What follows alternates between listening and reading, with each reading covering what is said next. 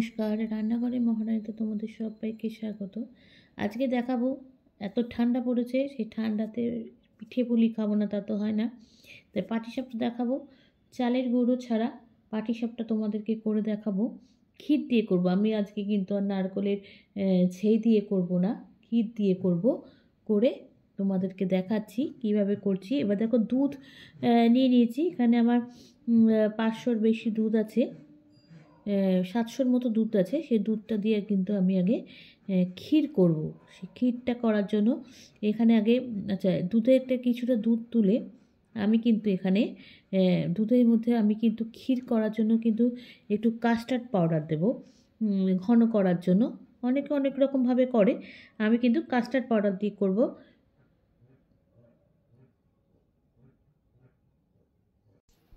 আচ্ছা, এবার দেখো, একটা কড়াই নিয়ে নিয়েছি। প্রথমে দুধটা জাল দেবো। আমি একটু বড় পাত্রই নিয়েছি, তাহলে কিন্তু করতে সুবিধা হবে, সেই জন্য দুধটা কিন্তু এবার জাল দেব।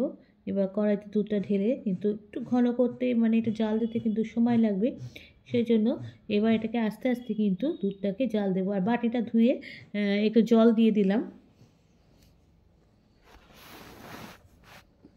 আচ্ছা, দুধটা জাল দিতে দিতে আমি কিন্তু একটুখানি এলাচ দিয়ে দিলাম, তাহলে কিন্তু একটু গন্ধটা ভালো লাগবে। দিয়ে আবার কিন্তু দেখো, আস্তে আস্তে সর পড়ছে, মানে দুধটা কিন্তু জাল হচ্ছে আর কি। আচ্ছা, এবার দেখো, দুধের যখন এখানে কিন্তু সসপ্যানটা একটুখানি মানে কড়াইতে কিন্তু দুধটা জ্বালতে দিতে এলাচের দানা দিয়ে দিয়েছি। এবার একটু চিনি দিয়ে দিলাম মিষ্টি হওয়ার জন্য। আমি কিন্তু চিনি দিয়ে করছি, তোমরা কিন্তু গুড় দিয়েও, এখন যেহেতু গুড়ের সিজন, গুড় দিয়েও কিন্তু করতে পারো, খুব ভালো টেস্ট হবে। আর ফ্লেভার, বিশেষ করে পাটালি গুড় দিয়ে করলে গন্ধটা কিন্তু খুব ভালো হবে। আচ্ছা, এবার দুধটা কিন্তু জাল দিতে দিতে দুধটা কিন্তু অনেকটাই কমে গেছে। এবার আমি দেখো, এখানে যে দুধটা তুলে রেখেছিলাম তার মধ্যে কিন্তু কাস্টার্ড পাউডার দিয়েছি। কাস্টার্ড পাউডারের সাথে একটুখানি আমুল স্প্রে গুঁড়ো ছিল, সেটা দিয়ে দিয়েছি। দিয়ে এবার এটাকে কিন্তু খুব ভালো করে মিশিয়ে নিয়েছি। নিয়ে এবার দুধের মধ্যে ঢেলে দেবো। আর এবার কাস্টার্ড পাউডারটা কিন্তু গরম দুধে গোলানো যায় না, আর ঠান্ডা দুধে করলেই ভালো হয়। এবার দেখো, ওটা ঢালছি আর সমানে কিন্তু আমি হাতা দিয়ে কড়াইটাতে নাড়তে থাকছি, তা নাহলে কিন্তু দলা পেকে যাবে, সেজন্য কিন্তু এইভাবে করতে হবে। আর সমানে কিন্তু নাড়তে থাকতে হবে, নাহলে কিন্তু তলাটাতে এটা মানে দলা লেগে যেতে যাবে, আর তাড়াতাড়ি কিন্তু সেটা থেকে এটা পোড়া পোড়া গন্ধ ছাড়ে। এবার দেখো, যার জন্য আমাকে সমানে কিন্তু নাড়তে হচ্ছে। আচ্ছা দেখো, ক্ষীরটা কিন্তু আমার হয়ে এসেছে, আর একটুখানি রাখবো, তাহলে কিন্তু হয়ে যাবে, একদম ঘন হয়ে গেছে।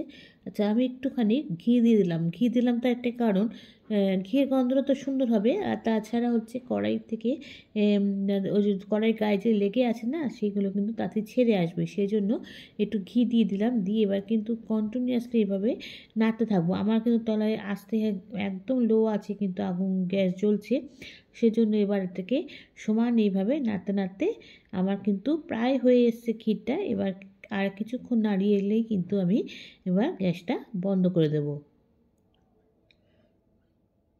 আচ্ছা, এবার দেখো, ক্ষীরটা কিন্তু আমার একদম রেডি হয়ে গেছে, দেখে বুঝতে পারছো। এটা একটুখানি ফ্রিজে রেখে দেবো, তাহলে কিন্তু একদম জমে যাবে।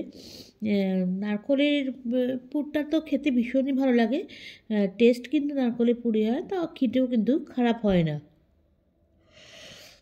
আচ্ছা, আমি একটা দেখো বাটি নিয়ে নিয়েছি। এবার ক্ষীরটা তো তৈরি হয়ে গেছে। এবার পাটিসাপটার যে ব্যাটারটা করব সেটাকে গুল নিয়েছি। এখানে দেখো একটুখানি প্রথমে নিয়ে নিয়েছি কিন্তু এখানে আমি চালের গুঁড়ো অল্প পরিমাণে নিয়েছি। চালের গুঁড়োটা না দিলেও হতো।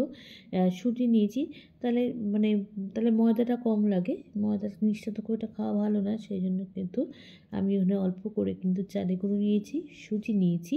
এবার এখানে আমি ময়দা দিয়ে দেবো। আচ্ছা, এবার দেখো, এখানে নিয়ে নিয়েছি সমপরিমাণে। এবার এখানে একটুখানি জাস্ট ব্যালেন্সের জন্য নুন দেবো। আচ্ছা, এবার দিয়ে দেবো হচ্ছে এখানে আমি কিন্তু ব্যাটারটা যে গুলবো একটু মিশিয়ে নিচ্ছি চালের গুঁড়ো, ময়দা আর সুজি দিয়ে। এবার এটাকে কিন্তু খুব ভালো করে মিশাবো। মিশিয়ে এখানে আমি এটাকে গুলবো, কিন্তু জল দিয়ে গুলবো না, দুধ দিয়ে গুলবো। দুধ দিয়ে গোলার জন্য না পাটিসাপটা দারুণ খেতে হয়েছিল কিন্তু। এবার তোমরাও এবার দুধ দিয়েও করতে পারো, দুধেও কিন্তু পাটিসাপটা দারুণ টেস্ট হয়। এবার দেখো, আমি এখানে অল্প অল্প দুধ দিয়ে কিন্তু পাটিসাপটার ব্যাটারটা গুলে নেব।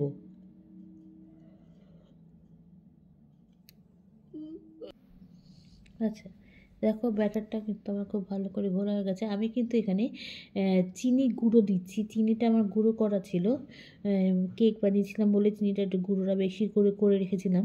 সেই চিনি গুঁড়োটা, ওই জন্য কিন্তু চিনিটা আমি প্রথমে দিইনি, যেহেতু গুঁড়ো করা রয়েছে এই জন্য কিন্তু আমি পরে গোলানোর পরে দিচ্ছি। আর যতই হাত দিয়ে গোলাও, যাই দিয়ে গোলাও, যতই হাতা দিয়ে গোলাও না কেন, হাত দিয়ে গোলানোর উপরে কিন্তু কিছু হয় না ব্যাটারটা। দেখো আমি হাত দিয়ে গুলে কিন্তু ব্যাটারটা খুব সুন্দরভাবে গুলে নিয়েছি।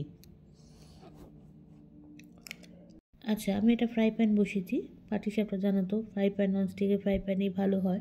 ফ্রাই প্যানটা বসিয়ে দিয়েছি, দিয়ে কিন্তু আমি অল্প একটুখানি তেল, আগের সময় তো নিয়ম ছিল বেগুনের বোটা দিয়ে তেল ইয়ে করতে, এখন তো সেরকম সিস্টেম নেই। এখন এমনি একটুখানি তেল আমি ঢেলে খুন্তি দিয়ে নাড়িয়ে নিয়েছি। এবার একটা দেখো ব্যাটারটা দিয়ে দিয়েছি, দিয়ে একটুখানি ব্যাটারটা মানে ভাজা হবে, নিচটা একটু সেদ্ধ হবে, তারপর কিন্তু এটাকে উল্টে দেবো। আচ্ছা, তারপর এখানে মাঝে কিন্তু এবার আমি এখানে ক্ষীরটা দেবো। ক্ষীরটাও কিন্তু খুব সুন্দর, কাস্টার্ড পাউডার দেওয়ার জন্য ক্ষীরটাও কিন্তু খেতে খুব সুন্দর হয়েছিল, আর এত টেস্টও ছিল না কি বলবো। এবার দেখো ক্ষীরটা দিয়ে দিয়েছি। এবার দেখো ক্ষীরটা কিন্তু বেশ ভালো, একদম অল্প দিনে আর বেশ অনেকটাই হয়েছিল কিন্তু।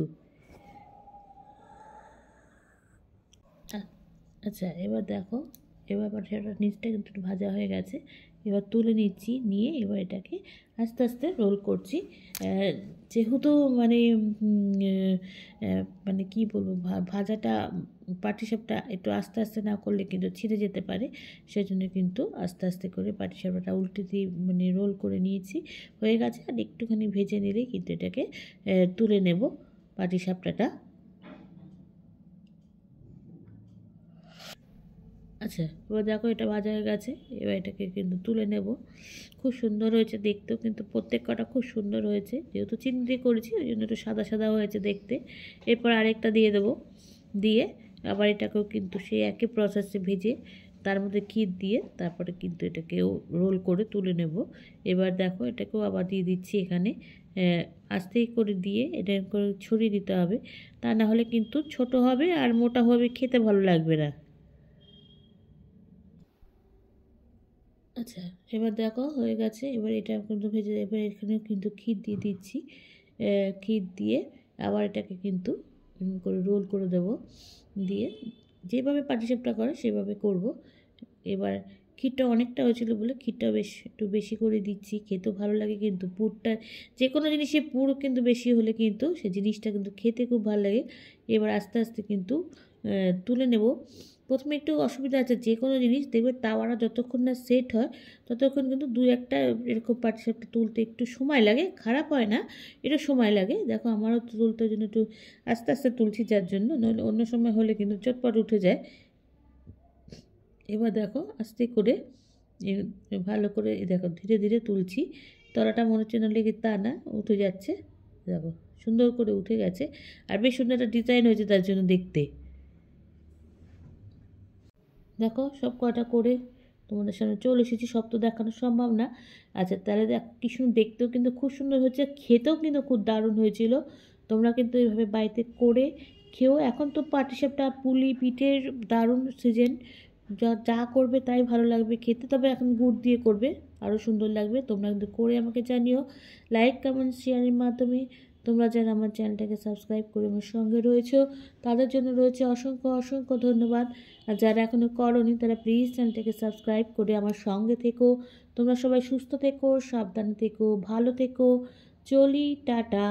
দেখা হচ্ছে পরবর্তী নতুন কোনো রেসিপিতে তোমাদের সঙ্গে।